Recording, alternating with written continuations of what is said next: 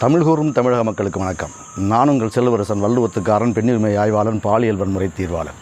தமிழக மக்களே, பாலியல் வன்முறை தமிழகத்தில் எப்படி போய்கிட்டு இருக்குங்கிறது உங்களுக்கு தெரியும். அதான் நாசமாக போய்கிட்டு இருக்கேன். தீர்வை ஏற்படுத்துறதுக்கு யாரும் கிடையாது. ஆணி ஒழுங்க ஒரு ஆளும் கிடையாது.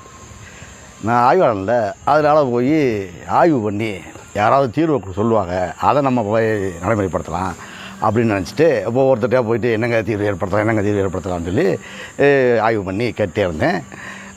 ஆய்வு தீர்வுலாம் கரெக்டாக சொல்லிடுறாங்க. அருமையான தீர்வு. அரிஸ்டாட்டில், சாக்ரடீஸ் கூட இப்படி ஒரு தீர்வு சொல்ல மாட்டேன், அப்படிலாம் தீர்வு சொல்லிகிட்டு இருக்காங்க. ஒருத்தர் கூப்பிட்டேன், என்னென்ன இந்த மாதிரி பாலியல் வன்முறைக்கான தீர்வு அப்படின்னு சொல்கிறார். அது என்ன சொல்கிறார் தெரியுமா? பாலியல் பண்ணுறவனும் துப்பாக்கியில் சுட்டு கொல்லணும்னேன்றார். துப்பாக்கியில் சுட்டு. சரி, துப்பாக்கி வச்சுருக்கீங்களா? என்னது? இல்லை, துப்பாக்கியில் சுட்டு கொல்லணும்னு இல்லை, துப்பாக்கி வச்சுருக்கீங்களான்னு கேட்டேன்.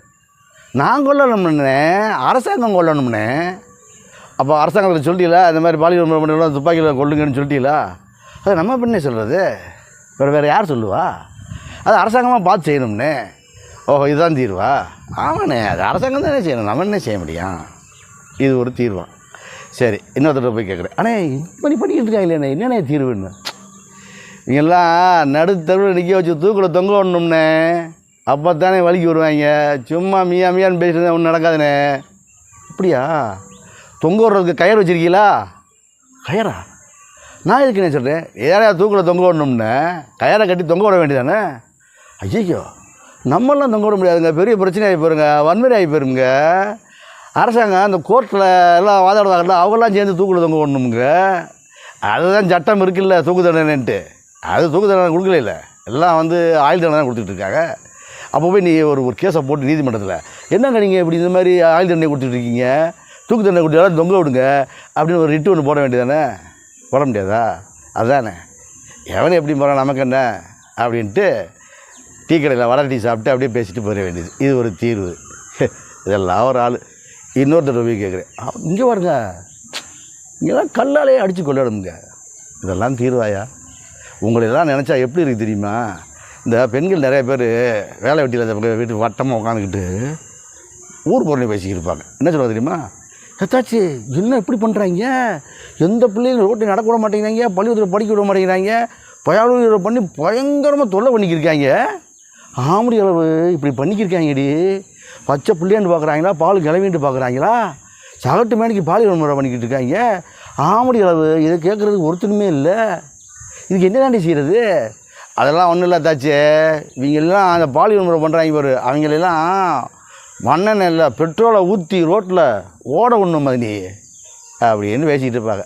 ஊர் புறணி பேசிக்கிட்டு இருக்கிறது அதாவது, மதினி இந்த பெட்ரோல் கேன் வச்சுருக்கியா, தீப்பெட்டி வச்சுருக்கியா, பொருத்தி விட்டுடலாம்.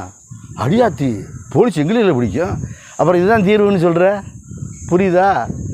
என்னத்தையாவது உட்காந்துக்கிட்டு ஊர் புறணி பேசிக்கிட்டு இருக்கிறது. நீங்கள் ஊர் புறணி பேசிக்கிட்டு இருப்பீங்க, அவங்க வடை டீ கடைச்சிட்டு டீ கடை புறணி பேசிக்கிட்டு இருக்கிறது. இவங்கெல்லாம் தீர்வு ஏற்படுத்த போகிறாங்க. இதெல்லாம் நடக்கிற கதையா? இது இப்படி தான் போய்கிட்டு இருக்குது. ஆனால் நான் தீர்வை ஏற்படுத்தி விட்டேன். என்ன தீர்வு ஏற்படுத்த போகிறேன்? இப்போ உங்களுக்கு பிரச்சனைனா யார் என்ன செய்யணும்? அவன் பிரச்சனையை அவன் தான் எடுத்துக்கணும். அதை தான் நானும் சொன்னேன். பாலியல் வன்முறைக்கு ஆண்கள் தீர்வை ஏற்படுத்துவேன்னு உட்காந்துட்டு கூடாது.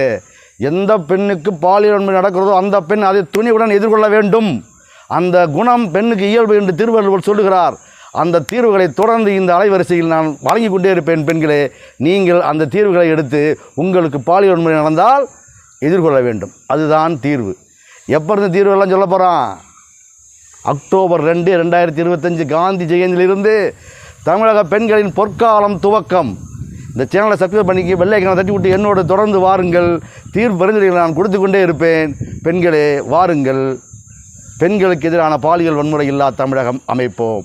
அழைப்பு விடுப்பவன் செல்வரசன். இது உங்கள் நெய்தல் செயல் திட்டம், பெண்களுக்கு எதிரான பாலியல் வன்முறை இல்லா தமிழகம் அமைத்தல். நான் உங்கள் செல்வரசன். தமிழக சமூகத்து பாலியல் வன்முறையை அழித்தொழிக்கும் ஒரு தலைவன் உருவாகிறான்.